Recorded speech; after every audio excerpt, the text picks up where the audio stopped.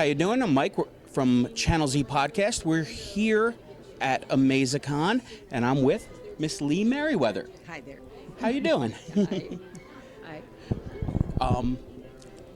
For me, I was all excited for this when I found out I was going to have the opportunity to interview a Catwoman. And probably my favorite. Oh, that's nice. And I put it in this because of the way you kind of portrayed the character. You were the most, I felt, sympathetic towards the Bruce Wayne, Batman.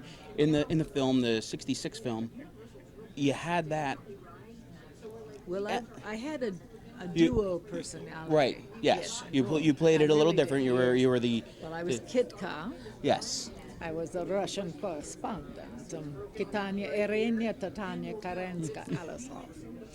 But my friends called me Kitka. I wouldn't have remembered all that. It took me a long time to learn that line, so it's never left my head. And that was, and 60s and Russian spies were big. Oh, that was yes, of course it was. It was really great fun. I really enjoyed that role. Loved playing Catwoman, and I was so grateful that I was chosen because they were. As Julie had originally done the role, but she couldn't do the movie.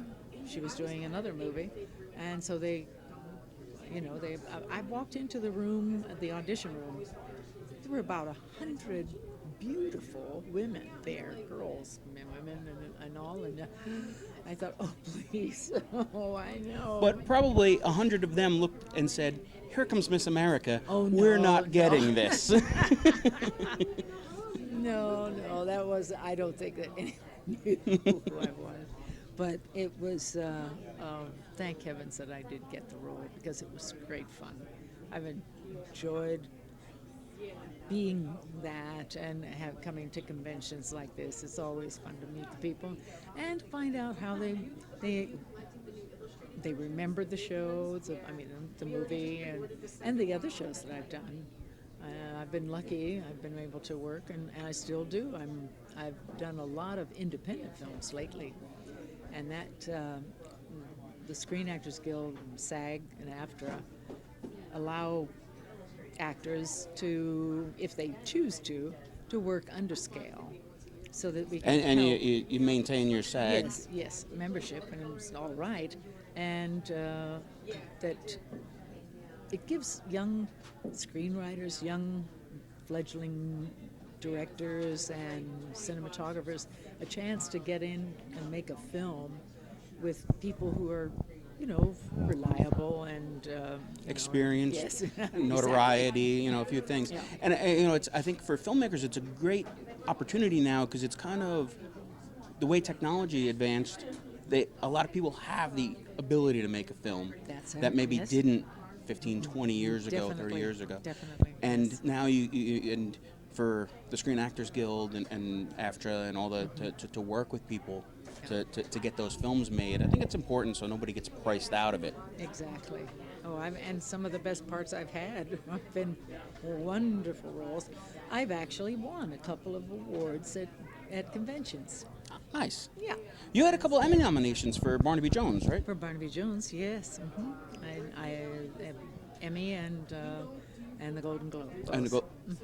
Yes, didn't win, but I didn't expect to. There were so many other that I felt were much more deserving of the award than I was. So I really wasn't disappointed.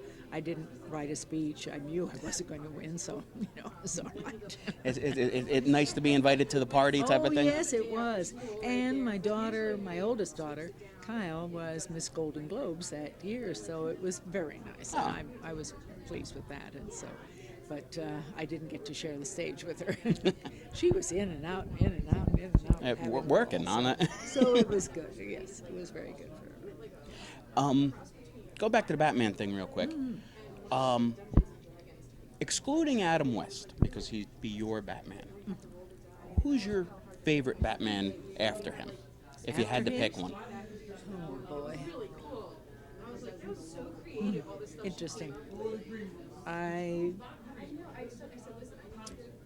I mean, I don't mean to pin you down or put you on the spot. I just didn't know if you had it's a... all right. It's all right.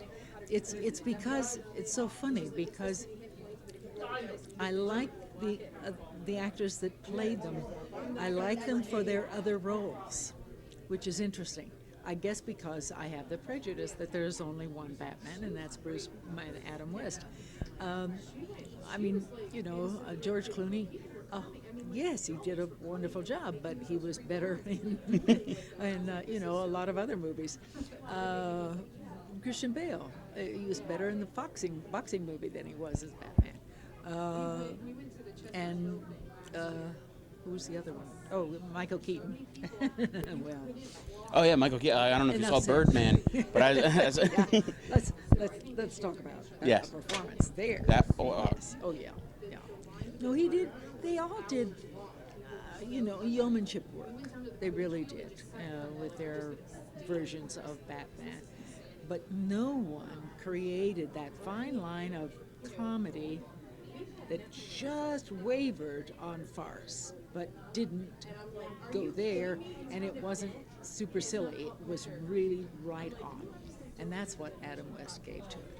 I saw him do a couple of plays after that, and he was brilliant in those. He was a wonderful actor. Yeah. Really, I don't think anyone has given him that credit that he was a wonderful actor, that he was able to do that. He seemed like he's a very, and maybe the Batman thing overshadows it a little bit, but he was diversified. Like the first time I met Adam West years ago, we actually had him sign a picture from a Three Stooges movie he had done in the early 60s. You're kidding, And did he? I didn't know that. He did. I It didn't was know that Stooges Go West or something like. It was in the 60s when they had revived and they had added Joe DeRita into the Three Stooges at that point, and he was the young ingenue part in the Three Stooges movie. He was the love interest for the girl. He was I had this great book that had a picture and he was. He looks at it and he's sitting next to Frank Gorshin and he's like, look at this. So, and Adam West and Frank Gorshin talked about my Three Stooges book for a little bit. And I was like, oh, sure. At that point I was like 17. It was one of the first conventions I had gone to and one of the first, for me this was big. I'm meeting Batman. Oh, exactly. and the Riddler. And the Riddler, yes. I was. Yes, I was lucky. I worked with Frank in a play after we did the show. The film, and it was great fun working with him on stage. Oh, I got to play 6. It was my turn to play various characters. I played 6 women in the play, and each one had to be totally different. And it was the nicest compliment I've ever really almost had of my acting ability was from him, and from him because he was such a wonderful actor, and just it was thrilling. So I always tell people when we talk about that cast that you guys had, or especially the cast of villains, you guys were such a great cast of talented actors with Burgess Meredith and with Frank Gorshin and Cesar Romero. Yeah. Well, I was the luckiest of all the Catwomen, I think, because I got to work with those geniuses. They were genius. I mean, I learned so much from just watching them prepare for the different bits that they were doing, how they rehearsed off in the corner and work. Remember them Run Silent? He had his the cigarette holder. Yeah. And he's holding the periscope, and he worked and he worked and he worked. I swear he spent 20 minutes, run silent, run deep, and trying to get it right. Worked at it, take it off, look at his mouth and everything, say goodbye to him. I thought, oh, he's just wonderful. Cesar Romero, same thing. He wanted to get that right with the sparklers going off in his hands, and he was like this, and to know when to do it and how to do it and what line to do it and all of that. And of course, Burgess again with the walk, working that and with that costume, it was not easy to wear. His costume, I think, was the most difficult. Frank, of course, hated his costume because of the tights and everything. I guess I don't know. Oh yeah. He was in that real tight leotard He type really outfit, just wasn't happy at all. And they did come and they made a wonderful suit for him with question marks on it, you know, and he wanted to take it off because the purple shirt, I think it was purple shirt, was really fancy too. And he wanted to take it off in the middle of the scene. And the director said, no, don't, because it's not enough time. So, all right. So I watched him, and he's off on the side. He's running the lines in his head. Mouth is moving very slowly, but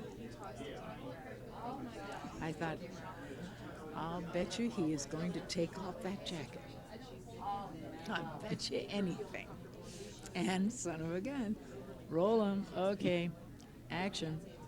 And he gets up at one point in the scene, and he said, and it was like this, and he started to take off his jacket, takes it up, keeps on going, doesn't stop, puts it on the clothes tree or whatever, and then the director said, cut. All right, you got your way. You know what you're saying about them taking it, so you guys taking it all so serious. Oh, I think yes. it translates it, because if you weren't looking at playing it straight, it would minimalize it, and it made it as farcical as it was. No one was making fun of anything, and that was what was. I mean, because it was a cartoon that came to life. But a cartoon is real. I mean, it's like, you know, and you want it to be real, and that's reality has to come from within. And I learned that over and over again. Putting dimension to it to give it the yes, and bringing it out and not being. I was so fortunate. I learned a lot from those three men. Really, Caesar was just so dear. Anytime I asked him to appear for my charity, which is Ability First, which is it was back then. Well, actually, it had just changed its name back then. The Crippled Children's Society of Southern California. And anytime I asked him to come and sign autographs for them or be at the Christmas party, he'd always come and say, That's great. Lee, for you and me. It's very nice. Now, real quick, I just have a personal thing for me and you. Oh, wow. And this was, I used to go down to Atlantic City for boxing all the time. Oh, all right. And we would stay at the hotel by the new Atlantic City Convention Center. And we walking to where the fights were, they have the stars with the Miss Americas on them. And I would always make sure we stop and look for Lee Meriwether Catwoman's Miss America star. Oh, yeah. They've done that, I think, for a couple of years. They've put them on. But was it on the boardwalk? Or it wasn't on a the boardwalk. Street? It's on the street. They kind of, in between, there's kind of a little island that they've built out off the boardwalk of shops and restaurants and things. And they bring it out to the train station and the new convention center and stuff, kind of spread the town out a little bit. I don't know when the last time you were in Atlantic City, but it's... I know I go every year to try, and I'm either been there as a judge or appearing as Miss America, former Miss America. Oh, we're not formers, we're forever Miss Americas. Yes, we've been told we're forever Miss Americas. Well, it's true. I mean, no one else could be Miss America in 1955. Yeah. I was lucky that it was the first year it was televised, too. Oh, so what? That was... Oh, and oh boy, did the people of Atlantic City rose up in a mess. They were so upset because the TV cameras saw me learn backstage that I was Miss America. They didn't get to see it in the audience. They had paid good money, but they didn't get to see me, get that, and start to cry and all. Of course, I was in hysterics. But the next year, boy, camera was right out in front watching. That's why they changed it up. Never happened again. You changed the way that they did it. It was. Oh yeah, that was. So I am responsible for that. I say I am, but the ABC was so created foolish. the modern Miss America, the way they do. Yeah. Well, it was great talking with you. Thanks for spending a little bit of time with us. It was very nice. Uh-huh. Yeah. Thank you very much. Thank you. Thank you.